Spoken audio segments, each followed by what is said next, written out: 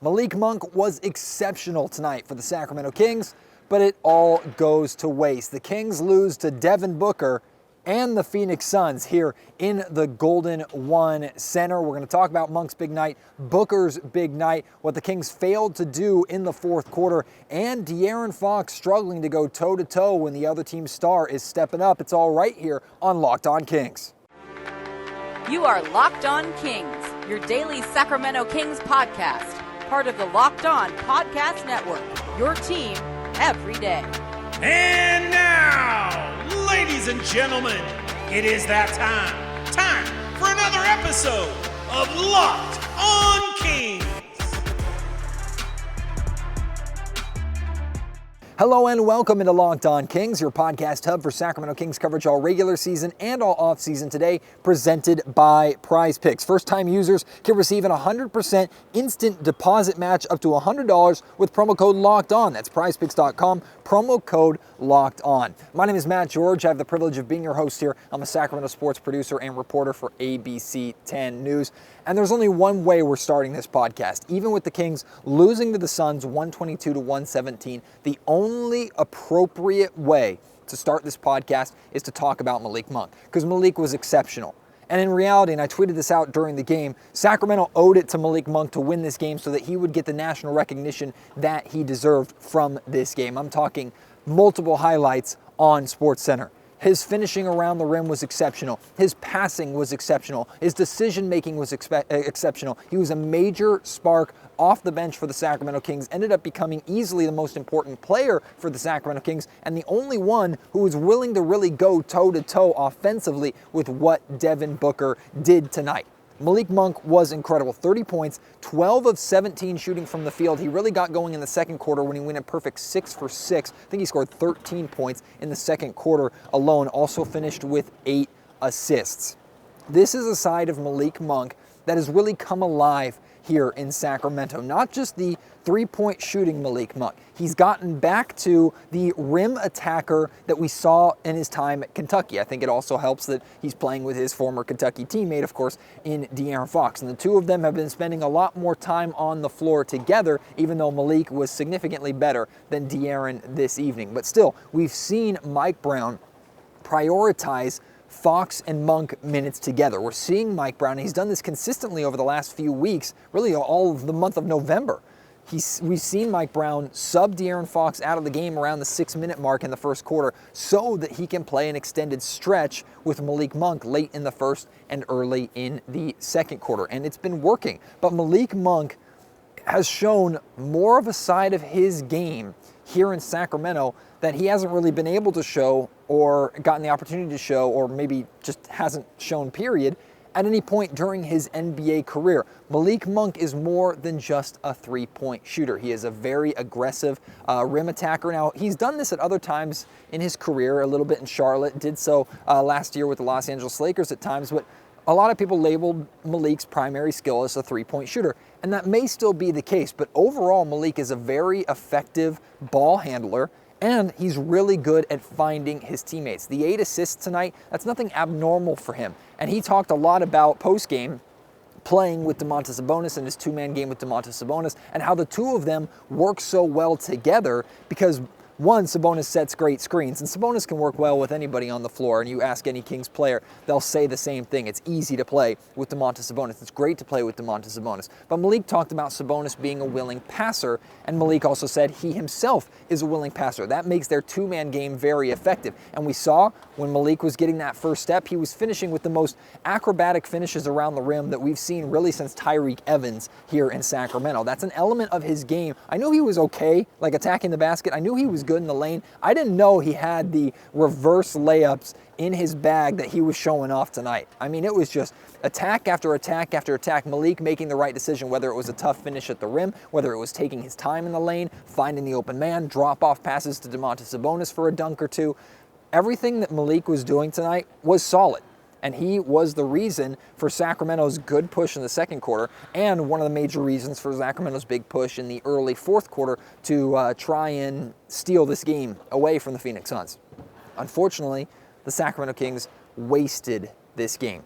Now, Brendan Nunez of the Kings Herald. You see him featured on the Kings Beat podcast, also the Kings Pulse podcast host. You've seen him and heard him many times here on Locked On Kings. He asked Malik Monk, I thought, an excellent question after the game, and I'm not going to lead any more into that. I just listened to Brendan's question, and I love Malik's answer.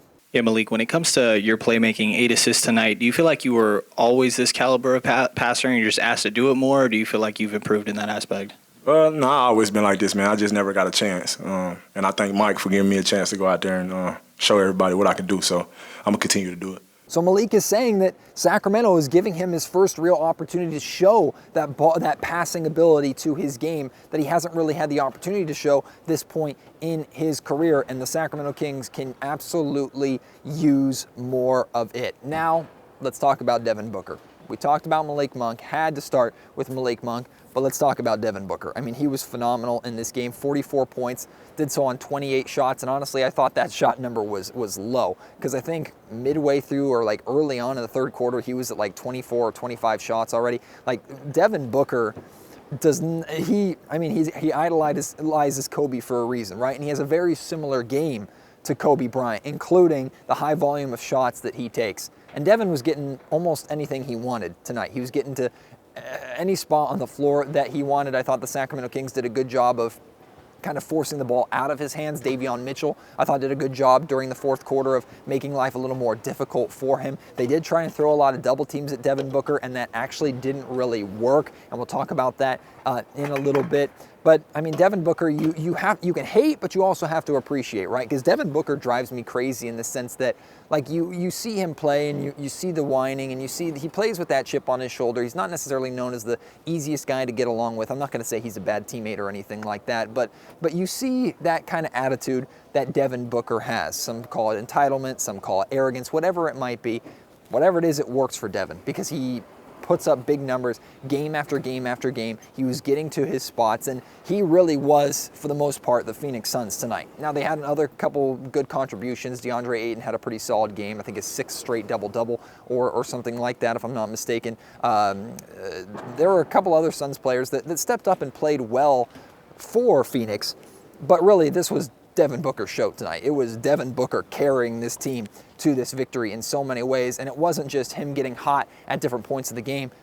He was this all night long, the entire night. Really, it was the fourth quarter where he slowed down because the Kings were kind of forcing the ball out of his hands, and he was actually making the right plays and making the right decisions down the stretch. But from the first quarter through I'd say the first half of the fourth quarter, when Devin Booker had the ball, he wasn't really passing it. Now, another element of Devin Booker's game that I think he deserves credit for, he had 6 steals in this game. I thought the Kings were playing sloppy at times, not taking care of the basketball, which has been a kind of consistent theme through the course of this 3-game losing streak that Sacramento is now on. And I actually asked Mike Brown before the game, I asked him if he had challenged any individual players or challenged the team to anything before this game, and he said he did challenge the team to take better care of the basketball and make smarter decisions. And then he also challenged both De'Aaron Fox and Domantas Sabonis to lead by example, but use their star ability to open up opportunities for their teammates. Going back to Devin Booker, though, 6 steals, that's very impressive for an offensive player like Booker, who's not necessarily known for his defense. He did a very good job on the defensive end of the floor, at least being crafty, knocking the ball away, creating steals, creating fast break opportunities for the Phoenix Suns, making up for the absence of Chris Paul. We know Chris Paul is really good at poking the ball away and creating steals and punishing on-ball defenders. So I give Booker a lot of credit for that. I also give Booker credit for his work rate. I mean, it looked like he played all 48 minutes in this game. In reality, he played 40 minutes and 39 seconds. That is a lot of playing time for Book. But the Suns needed him to play that much, and he didn't look tired really at any point. He was ready to go. And when he came out of the game, there were a couple points when he came out of the game that I wouldn't say Sacramento failed to take advantage of that. Actually, in the second quarter when he was out of the game, I think that was when Malik Monk and the Kings tried to put together a little run and get themselves going a little bit and build a little bit of a lead of their own. But maybe Sacramento didn't take as much advantage as they should have. Again, it was only 7 or so minutes that the Kings played without Devin Booker on the floor, so hard to take advantage of that small sample size. There were 2 major problems for Sacramento in the fourth quarter. The first one was the double teams. I understand Mike Brown and the Kings wanting to double Devin Booker with the night that he was having, try and get the ball out of his hands, force other players to beat you. And for the most part, it was working. Like they were forcing Damian Lee to beat them. Now, the problem was Damian Lee came alive from three-point range in the fourth quarter. He finished 3 of 7 from three-point range. 2 or all 3 of those threes were in the fourth quarter. I'm not quite sure about that. He finished with 15 points, but credit to Lee and other Phoenix Suns players for stepping up in that moment. But the issue that I have is with these double teams, I didn't feel like there was enough sense of urgency by Sacramento during these double teams. They were either closing too slowly or waiting too long to trap, or waiting and a player or a defender would kind of like start to creep over, and then once he got close enough, then he'd try and pounce. At that point, Devin has surveyed the floor. He's finding the open man, and the Suns did a really good job of swinging the ball around the horn until they found the open man, and then they were hitting those shots from three-point range.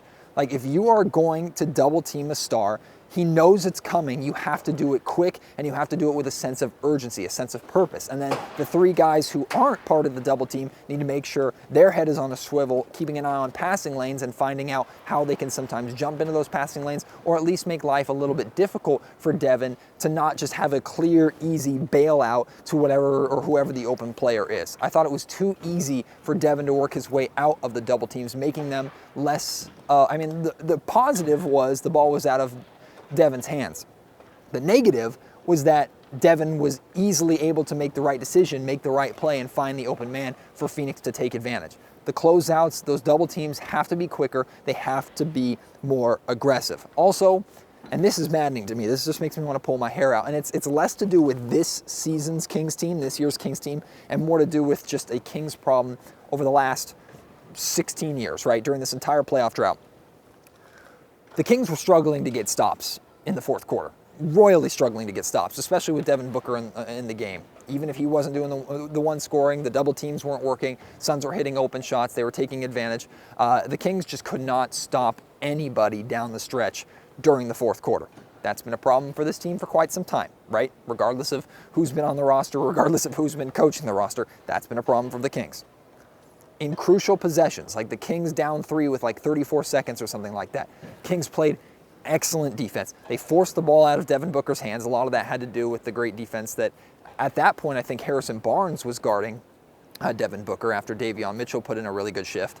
And the Suns got a difficult shot off, missed the shot, and Phoenix gets the offensive rebound. How many times over this playoff drought have we seen this? Even if I can't punish this specific Kings team for this, it still is infuriating. And it's not just a Kings problem. A lot of teams struggle with this issue, especially teams that struggle rebounding-wise. But when you do all that hard work for almost 24 seconds on a shot clock, force a contested shot, do everything right, and then don't secure the rebound, it's inexcusable. Even if the rebound sometimes gets a friendly bounce and goes in the direction of a Phoenix Sun, it does not matter. You have to box out. You have to make sure after doing all that hard work that you secure that board and give yourself a chance. Because at that point, Suns get the rebound, kick back out to Booker, Kings have to foul, Booker hits both free throws, ball game's over. Like, it's inexcusable. And I know the Kings were beat pretty bad on the boards tonight, 45-37, 11 offensive rebounds for Phoenix. It could have just been one, but that one was backbreaking, absolutely debilitating.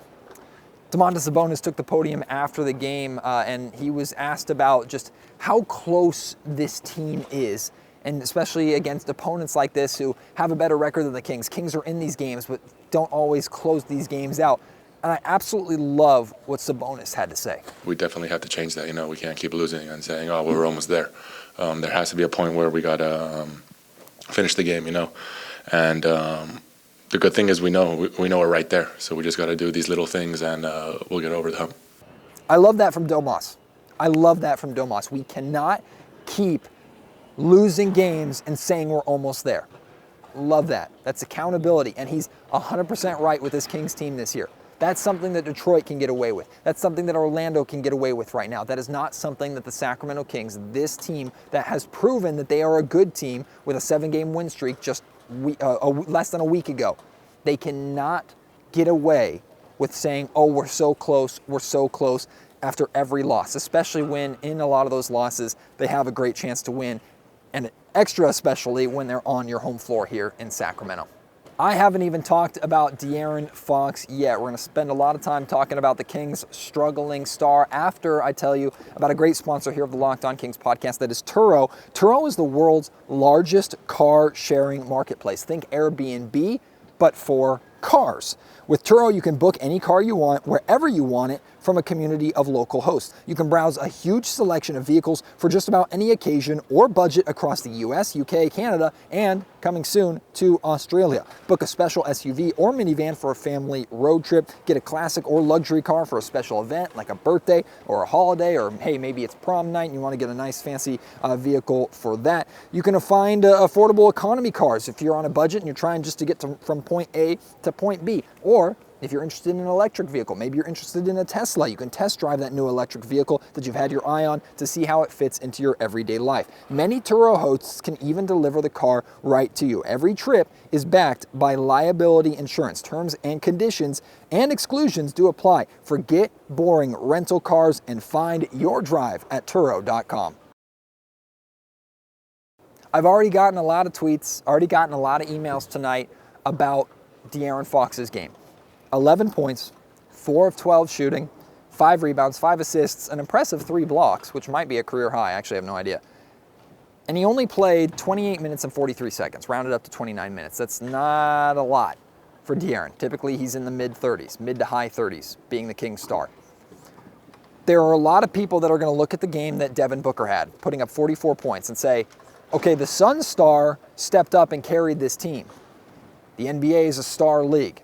When one star is doing that, another star has to match.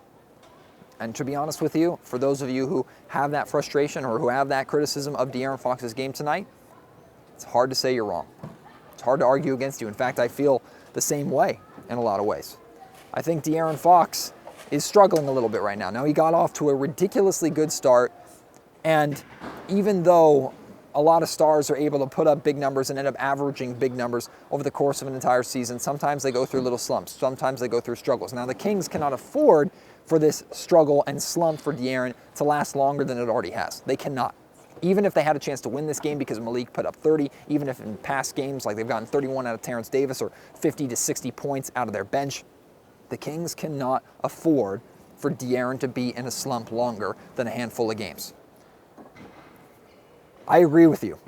If you feel that the Kings star needed to match what the Suns star was doing, I agree with you. This is a stars league. When Devin Booker was having the game that he was having, I expect De'Aaron to pick up the sense of urgency a little bit. And I understand that De'Aaron is not a selfish basketball player. Devin Booker is far more selfish of a player than De'Aaron Fox is. De'Aaron wasn't going to shoot 28 shots tonight, especially when his best friend in Malik Monk is going off, especially when he has Sabonis by his side all the time, and Sabonis does such an excellent job running the offense for the Sacramento Kings, and Sabonis had a really good game. But at some point, you need to say, okay, I am the guy, their guy is torching us, I need to step up. And De'Aaron did not do that in this game. And it wasn't that he was just struggling offensively. I didn't see that desire to step up. He took a couple shots late in this game. They didn't really fall. But I didn't see the give me the ball, I'm taking over De'Aaron even attempt to come out. There were a couple of possessions where De'Aaron had a mismatch and he settled for a good look at 3. He missed it. There's another one where he put the ball on the ground, attacked, tried to float her in the lane. He missed it. That was it. After those 2 fourth quarter attempts, I don't remember him doing really anything during that fourth quarter stretch. You need more out of De'Aaron.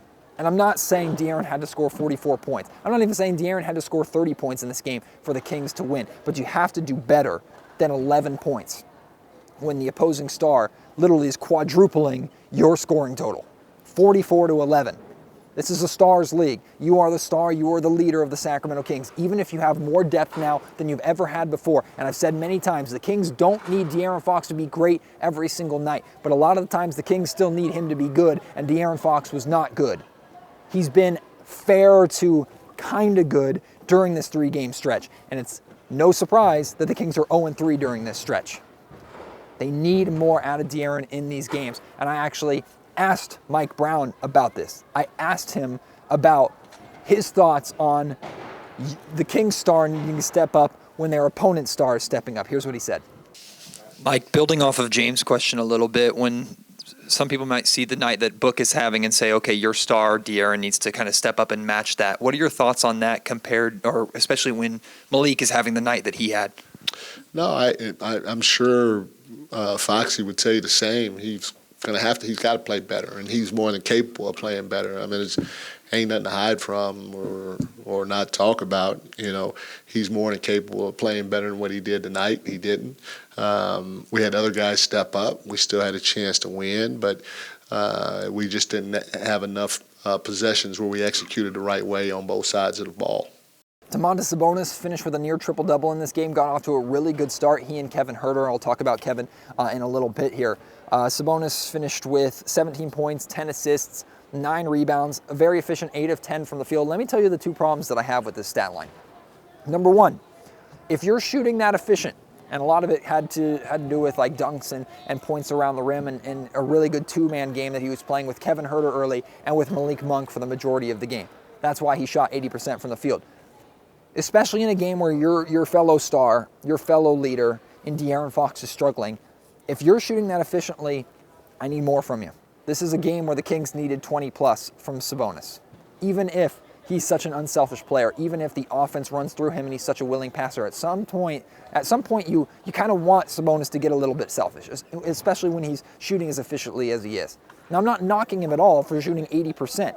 I am knocking him for shooting 80% and only taking 10 shots. At some point, I know he's dealing with DeAndre Ayton, which is a lot of size to deal with in the paint, but at some point, if you're the Ox, you need to show that a little bit, flex a little bit, show a little bit of strength, take over in the paint at times. It doesn't have to be for a full game, it doesn't have to be for a full quarter. A 2-minute stretch of Domantas Sabonis bowling everybody inside, forcing double teams, maybe getting to the line. The Kings could have used that tonight. So I love the 80% shooting, not a fan of the 10 shots. I'm also not a fan of the fact that he missed his triple-double because he didn't have 10-plus rebounds. Like, I know Sabonis shouldn't be expected to grab every single rebound for the Sacramento Kings. It's a rebound by committee thing, right? But the Kings are struggling on the glass tonight. Sabonis is the primary rebounder for this Kings team. If Sabonis is struggling to rebound, the Kings as a whole are struggling to rebound.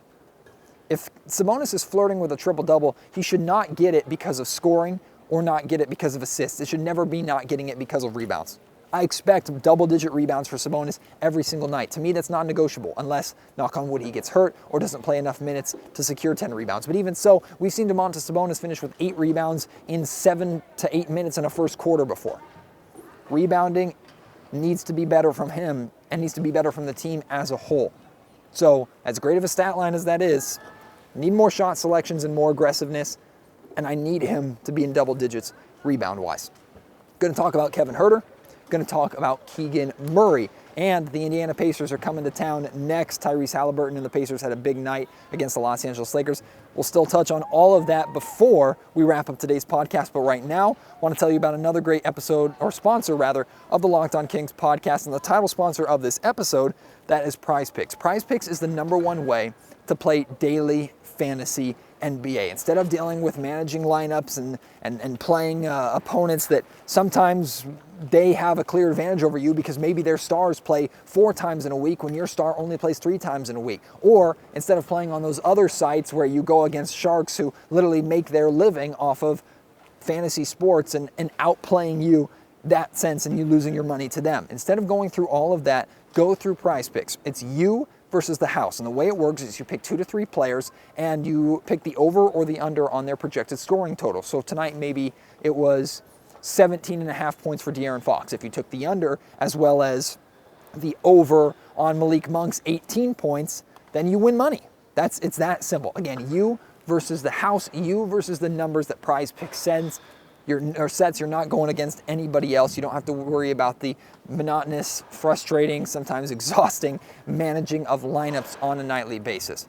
Prize Picks also has a great offer for you right now, and they don't just do it for NBA. You can do it for baseball. You can do it for football. You can do it for college athletics. They have so much that you can enjoy on Prize Picks. And if you sign up right now, first-time users, use promo code LOCKEDON, and you'll get a 100% instant deposit match up to $100. So you deposit $100, you get $100 back. You deposit $50, you get $50 back. It's free money available for you to go and win more money on Prize Picks, the #1 way to play daily fantasy sports. If you're sensing a theme of a lot of positives and negatives from different players tonight, you're onto something. And I'm going to continue that with the way that I look at the game that Kevin Huerter had. Kevin and Sabonis both got off to really good starts for the Sacramento Kings. Kevin Huerter had 8 points midway through the first quarter. The problem is that whether it was him taking the foot off the gas or the Kings going away from him, they didn't really take advantage of that. And that didn't really carry over. Now, he did end up finishing with 18 points, 8 of 15 shooting, 0 of 5 from three-point range, which is uncharacteristic for him, and he has been struggling from three-point range over this losing streak. Again, don't think that's a coincidence. All this stuff piles into the why the Kings are struggling and getting away from the offensive success that he had and they had as a team against, or rather during the 7-game win streak.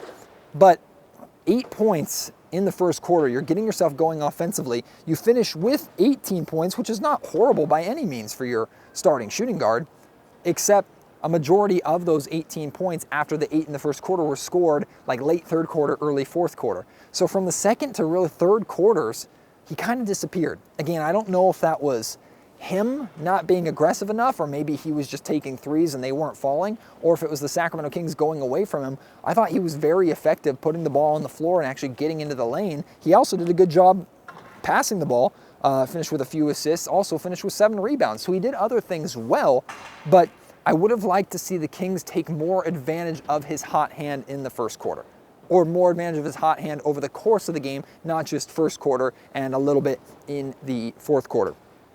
The Kings as a whole, though, three-point shooting-wise, they've been struggling. I think Katie Christensen pointed this out during Mike Brown's introductory press conference.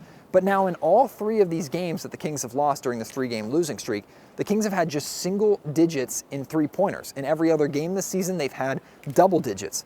Now, the Kings went 9 of 25, which is 36% from three-point range. And that 25 number, Kings normally almost double that. They're normally in the high 40s to around 50 range. So that goes to tell you that they weren't shooting a high volume of threes, but especially in the first half. I think the Kings had 4 total three-pointers attempts, not made three-pointers, 4 total three-pointer attempts in the first quarter.